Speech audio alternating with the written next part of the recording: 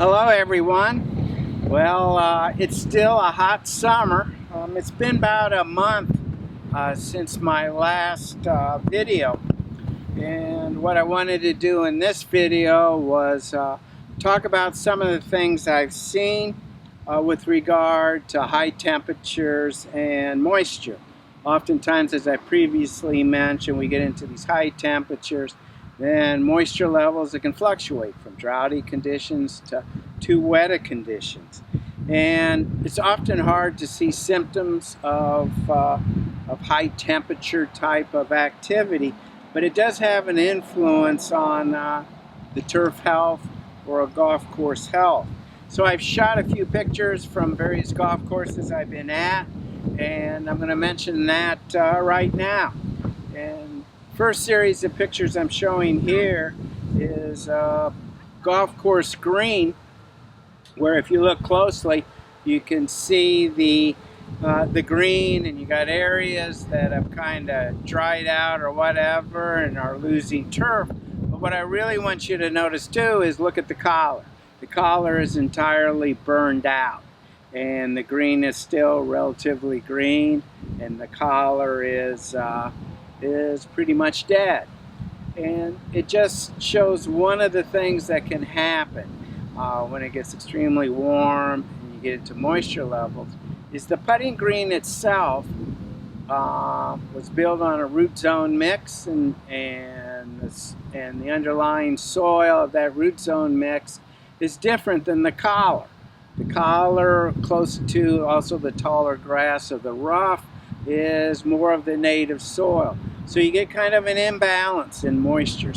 So some areas dry out quicker than others, and that collar, compared to the root zone mix, may stay too wet, or it may be too dry, and actually water can be pulled out of that collar. And so it's one of the things we see where moisture management can be somewhat difficult. But that's kind of a common type of symptoms when we move into high temperatures and summer-like conditions, I guess.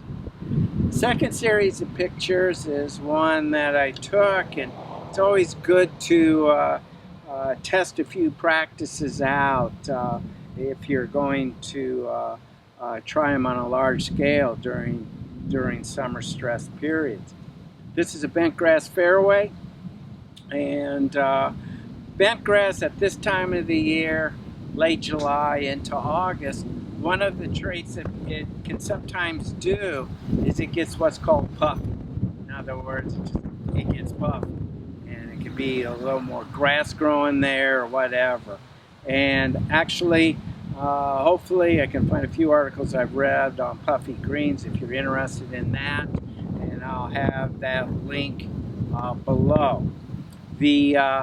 So one of the things that you may try doing with puffy greens is going out and vertical mowing. Okay, try to remove some of that grass tissue away. But vertical mowing, especially intensive vertical mowing during stress periods like this summer again, can be rather damaging to the turf, which you can see here. All right, and you can see the verticut lines right through these damaged areas or dead areas of turf. The good news is they only tried it on a relatively small section of this fairway, and so when they got all this damage, obviously it was too intensive a practice, and they didn't do it. Again, summer managements, you got to deliver quality turf and playability.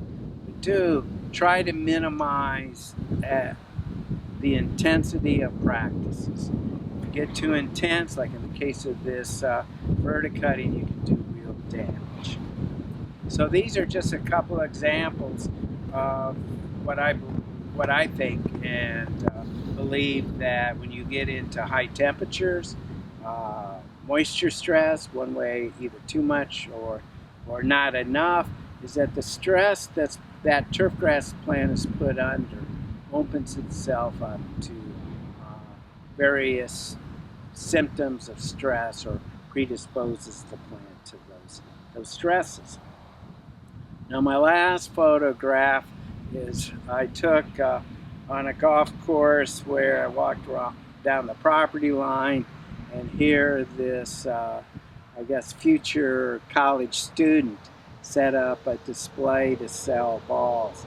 Sometimes you'll see that people collect balls out of ponds and things like that, and in this case she's selling golf balls, wrapped them up, and the unique thing I think that caught my eye on it was that cash is always a good way to pay, but I guess it's a sign of the times that you can use Venmo now to purchase golf balls.